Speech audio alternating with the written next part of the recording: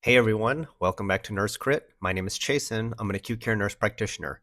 Holy shit. I mentioned in my previous videos how much I hate chemistry, so why on earth would I make a video about lactate? Lactate is probably one of the most poorly understood concepts in medicine. So now you got a dumb person trying to teach a highly complex topic. Bear with me, I will try my best. There are so many misconceptions floating around, but I do know if you are one of those folks who think elevated lactate equals sepsis, or elevated lactate means giving 3 liters of fluid, you are definitely wrong. So please watch this video till the end so you can better yourself. By the end of this video, you will understand what lactate versus lactic acid is, how the body makes and uses lactate, the causes of an elevated lactate, why it's dumb to try to clear the lactate, and therapeutic uses of lactate. So to begin with, what is lactate? And here is where the confusion already begins.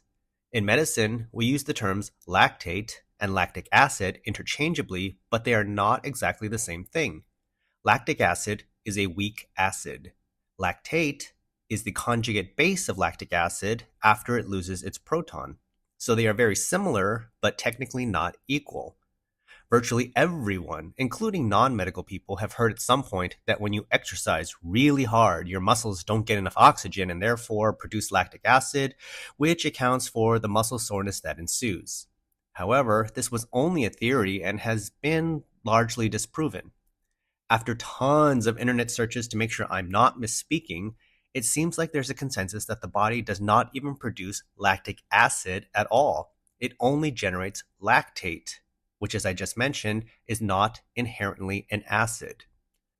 I know that in EPIC, the EMR, the lab order is for lactic acid, but as I have just learned, this is not correct. So let's start getting in the habit of referring to it as lactate and not lactic acid. So why does the body even make this confusing molecule?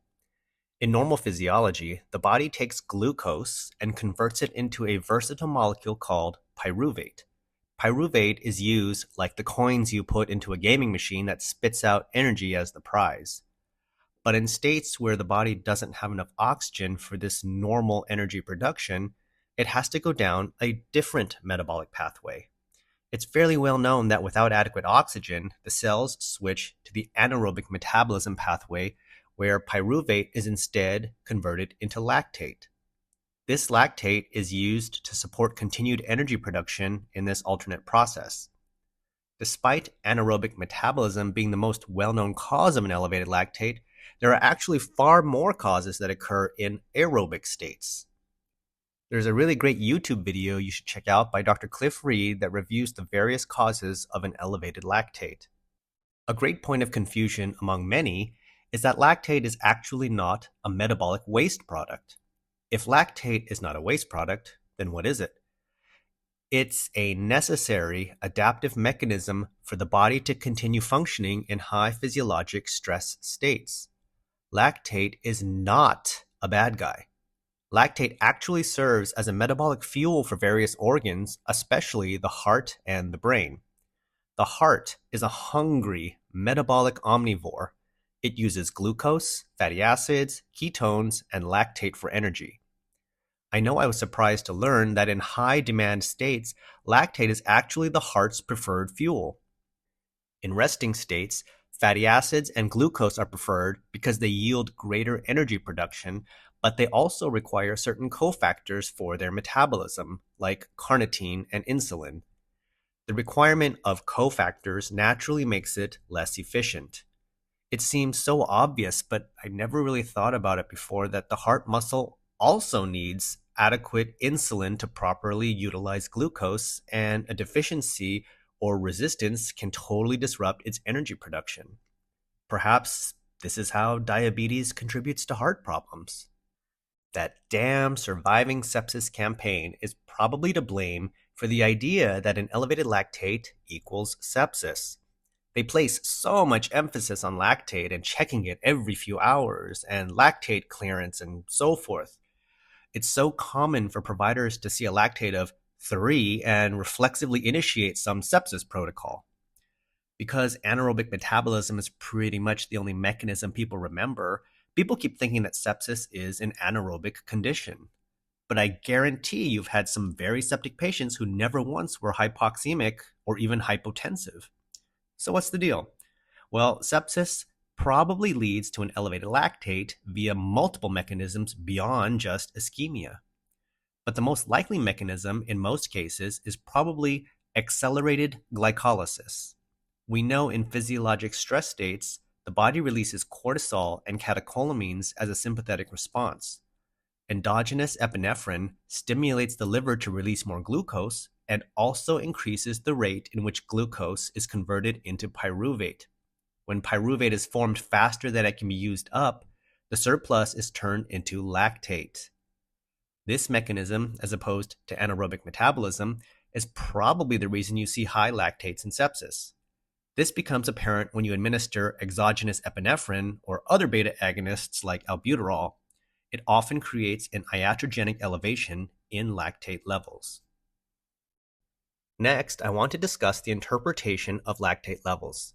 Lactate serves numerous functions in the body, but when measuring lactate levels, it's nothing more than an indicator of illness. The higher the lactate level, the sicker the patient is. Since lactate rises in the setting of various pathologies, it's very non-specific. An elevated lactate does not equal sepsis. It does not equal anaerobic metabolism.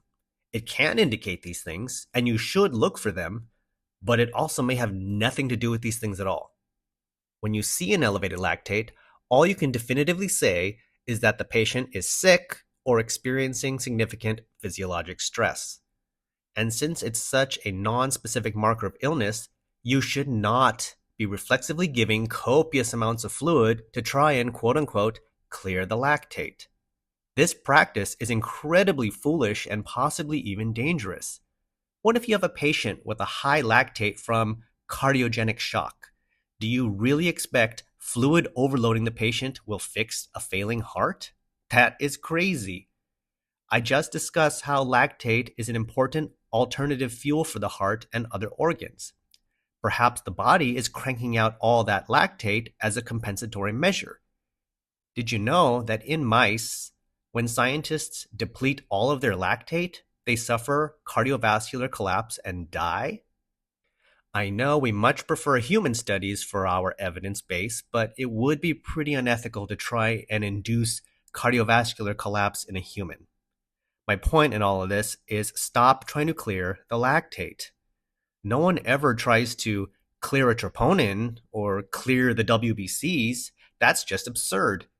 We treat the underlying problem, and lactate should be regarded the same way. Just fix the underlying problem, and their lactate will start to fall naturally as the patient gets better. If the lactate does not improve after an intervention, like fluids, pivot and try something else.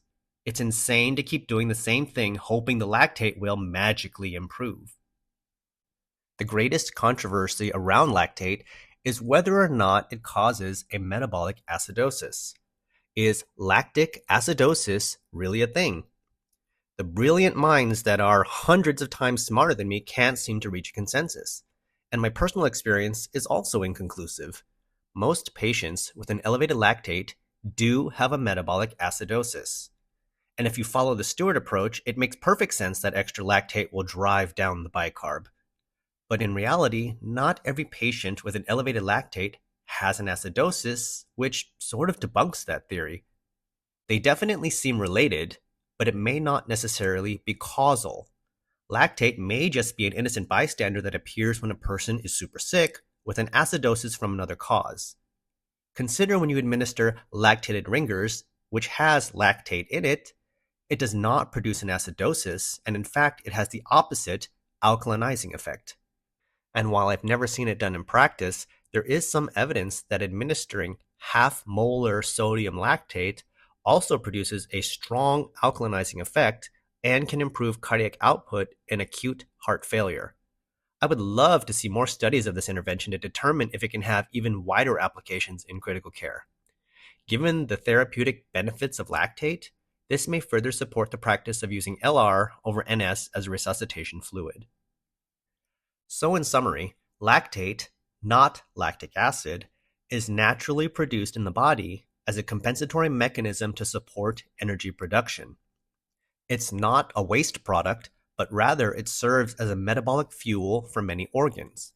When measuring lactate, it's a non-specific marker of illness. Higher values indicate a poorer prognosis. But values close to zero in sick patients may actually be worse, as it indicates the body has shut down and is no longer trying or able to compensate. Do not try to clear the lactate with fluid. You need to investigate and treat the underlying disease process. Giving fluids might be the right answer, but it needs to be a thoughtful decision, not a reflex. Contrary to common teachings, lactate may or may not actually create a metabolic acidosis. It may be dependent on other factors. Administering lactate in the form of LR or sodium lactate may have therapeutic benefits. Lactate is not a villain. It's a key player in the body, and it also tells us how much physiologic chaos is happening. So stop trying to kill the messenger. Thanks for watching till the end. I hope you learned something new that you can use in your own nursing practice. Please like and share this video with your nursing friends, and I will talk to you again in the next video. See ya!